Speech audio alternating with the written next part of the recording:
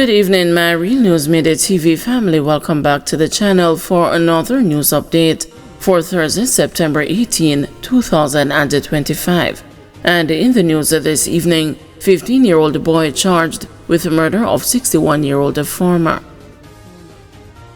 A 15-year-old boy of Knowles Heights, Mandeville in Manchester, has been charged with the murder of 61-year-old Roy Pearson, a farmer of the same community.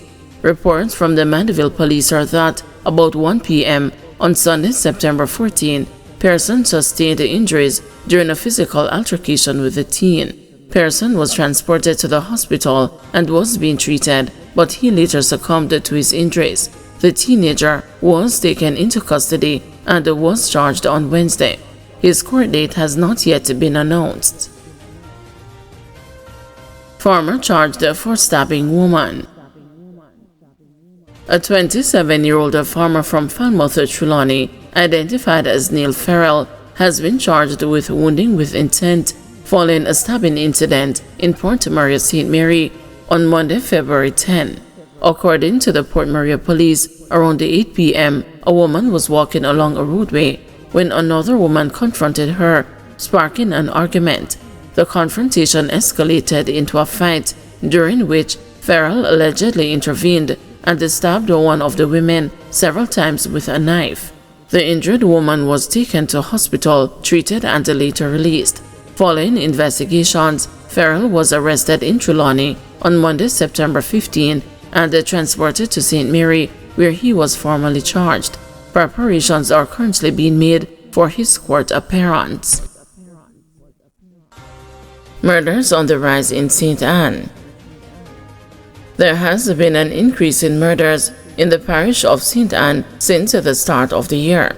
A total of 45 murders has been recorded, when compared to 39 in the corresponding period last year, with the most recent being the death of a 30-year-old steel pipe worker in Runaway Bay on Wednesday night. The deceased has been identified as Eda Neil Crawford. Reports are that Crawford and a friend were working on a vehicle sometime after 11 p.m. when they were reportedly pounced upon by unknown assailants traveling in an Axio motor car. It is alleged that the gunmen exited the vehicle and opened fire on both men. Crawford was hit, but the other man managed to escape without injuries, according to reports. The police are investigating the motive behind the shooting. St. Anne has recorded 4 murders since the start of the month. Teenager arrested after admitting she made a false sexual assault complaint. A complainant who admitted in court that she lied that a man had sexually assaulted her 3 years ago has been taken into custody on suspicion of creating public mischief. The matter came up before Justice Dale Palmer in the St. Catherine Circuit Court on Thursday. When the 16-year-old complainant took the witness stand, she declared that she had no interest in the matter. She then said she reported the matter because she loved the man and he did not return the sentiment. Justice Palmer then freed the accused and inquired of the Crown Counsel whether there was an interest in pursuing a case against the complainant. The teenager was then taken into custody. The complainant had alleged that she was sexually assaulted by the accused in 2022. A probe by the Center for the Investigation of Sexual Offenses and Child Abuse resulted in 10 charges, including having sexual intercourse with a person under 16, sexual grooming, and the production of child pornography were brought against the accused. The accused made numerous court appearances and maintained his innocence throughout. He was represented by attorney at law Sheldon Campbell and Earl Hamilton. Police trainee accused of wounding roommate during dispute. A police trainee who allegedly used a piece of metal to injure a colleague at the National Police College of Jamaica has been charged with wounding with intent. The accused is Sylvester Williams of Marlin Avenue East Prospect, St. Thomas. Reports are that about 12:30 a.m. on September 12, Williams and the complainant, who is his roommate, were at their dormitory at the training facility when an altercation developed between them, which became physical. Williams allegedly punched the complainant repeatedly and then used a metal object to rain blows all over his body, resulting in wounds that bled. The injured roommate was taken to the Spanish Town Hospital, where he was treated for his injuries and released to the Trainee College's medical center, where he continues to recover. A report was made and an investigation resulted in Williams' arrest. He was subsequently charged following a question and answer session in the presence of his legal representative. A court date is being finalized for his appearance. PNP's Paul Buchanan files application to void a poll in Prime Minister's constituency. The People's National Party candidate for West Central St. Andrew, Paul Buchanan, who was defeated in the September 3 general election by the incumbent Prime Minister Andrew Holness, has filed an application with the constituted authority to void the taking of the poll in the constituency. The preliminary count of the votes showed that Mr. Holness received 7,054 votes to 4,953 for Mr. Buchanan. The PNP says the application filed on Wednesday is based on a number of grounds allegedly arising from the conduct of the poll. These include violence and intimidation in the Olympic Gardens and Malines Gardens divisions, invasion by Jamaica Labour Party operatives of the polling station cluster at the Seaward Primary School, and irregular transportation of 18 ballot boxes from that cluster to the counting center, resulting in their arrival at 10 p.m.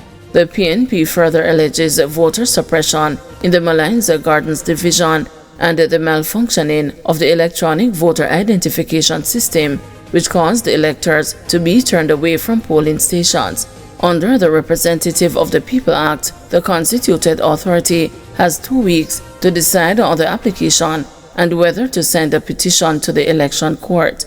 The constituted authority comprises 4 selected members of the Electoral Commission of Jamaica and 2 other persons, one of whom is a retired judge and the other a member of the Privy Council.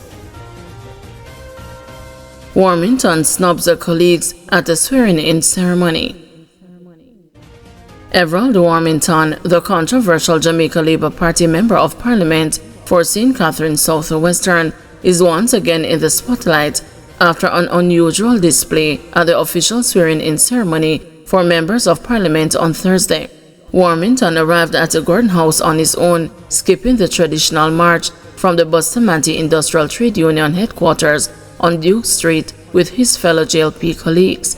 Once at the house, Warmington took his oath of office, but pointedly avoided any interaction with other members. He did not attempt to shake hands with House Speaker Juliet Holness, Prime Minister Andrew Holness, or any of his colleagues from either side of the political divide. Immediately after being sworn in, he walked out of the chamber, much to the noticeable shock of representatives from both sides. This latest incident comes just a month after Warmington issued a public apology in July for using indecent language during a political rally in Westmoreland. At that time, Prime Minister and the JLP leader, Andrew Holness, had urged the prospective candidates to conduct themselves with the highest standards, while the People's National Party condemned Warmington's remarks and even called on the police to take action. Mackenzie mourns the death of PNP councillor Patrick Forrester. Minister of Local Government and Rural Development Desmond Mackenzie is paying tribute to the life and work of the late councillor for the Petersfield Division in Westmoreland Central, Patrick Forrester, who died on Wednesday. Forrester lost his life in a motor vehicle accident. Mackenzie described the situation as shocking and an unwelcome development. I know that the people of Petersfield are experiencing shock and grief at this time. Mr. Forrester is now the 3rd elected representative at the parochial level to have lost his life since the start of the year, and I am saddened to lose any member of the community of local government practitioners, shared Mackenzie in a release. He expressed his condolences to Forrester's family and friends during their period of grief. I wish them comfort as they try to process this tragic event, recover their strength, and cherish his memory in the days ahead, he said. Thank you everyone for watching. See you tomorrow morning at 6 a.m. for another news update.